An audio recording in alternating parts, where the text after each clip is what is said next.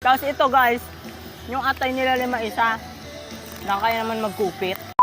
Hi everyone! Welcome back again to my vlog, and for today's video, nasa labas na naman tayo.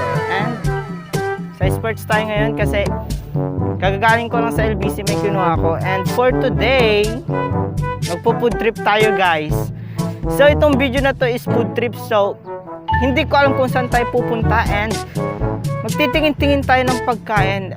Pero ngayon, papunta ako ngayon sa Sisigan, dun sa Quality Food Hub. So, kita-kita na lang tayo dun. And thank you very much nga pala sa lahat-lahat ng mga nanonood. And kung hindi ka subscribe sa aking channel, don't forget to subscribe! Saan ba? And hit the notification bell na rin para ma-notify ka sa mga videos na darating. And nadayo ko na namang satsat and kumain na nga tayo sa kahit saan. Tara na!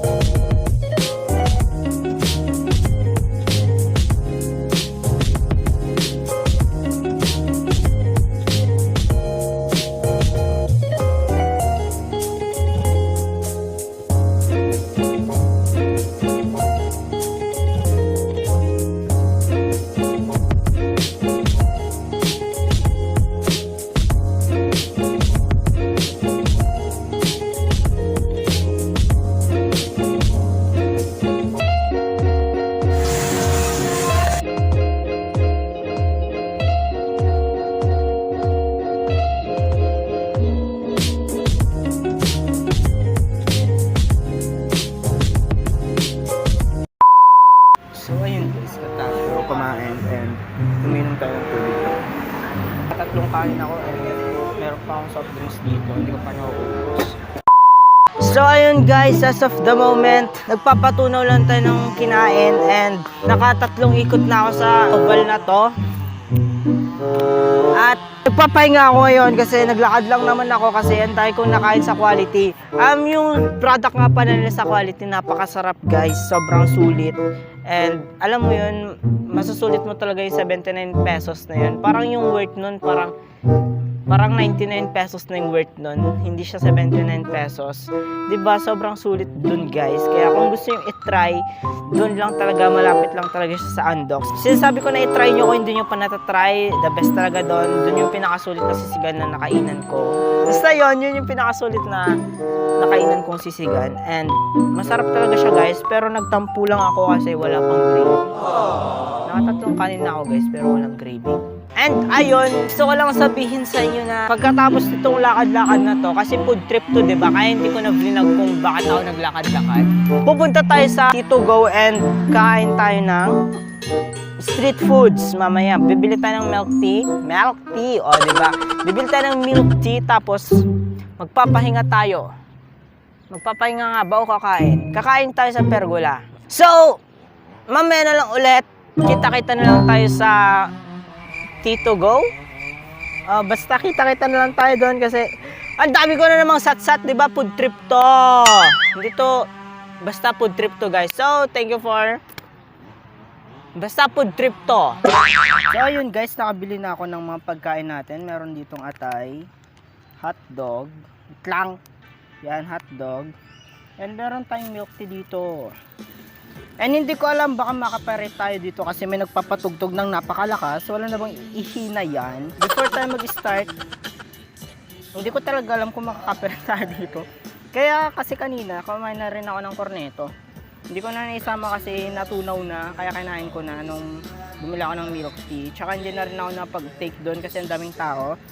And ang hassle pala kasi mag-isa ko lang tapos walang naghawak ng pagkain. Hindi pa ako nakabili ng burger eh. Kaya dahil ko ng sat-sat, kain na nga tayo. Ayan, minute ko na lang mamaya. Naka-squat ako. Ito yung milk tea.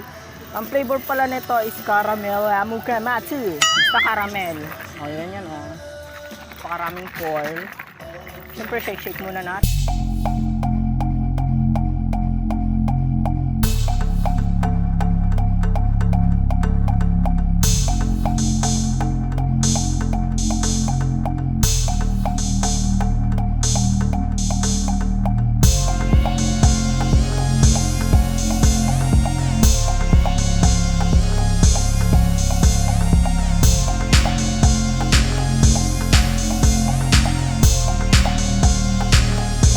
pesos ko dati na 5 piraso, nagiging 3 na lang. Tapos nagulat ako guys, akala ko, ba't ang liit? Large pala dapat yung in-order ko, hindi medium. Kasi akala ko yung size, small, medium, large. Hindi ko na ulitin yung caramel kasi parang asukal lang. Baka makapelt ako dito ha. Naingay nyo. Nagastos ko ngayon is 200.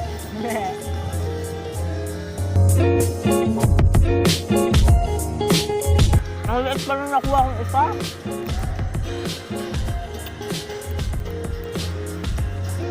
Ito, hindi ko na nilagyan ng sauce kasi ayoko talagang hotdog na may sauce kasi ang bibili ko sana yung Penoy.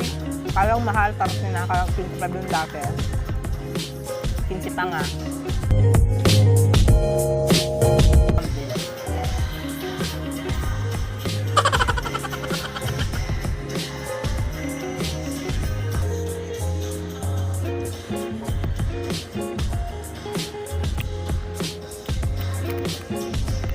Kanina pala sa sports guys, tagal ko nakaupo kasi naglalakad ako kanina tapos napagod ako.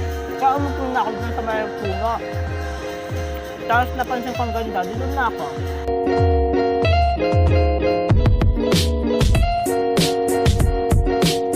Ang ingay ng tugtog, baka i-mute ko na lang to. Montage na lang. Kaloka.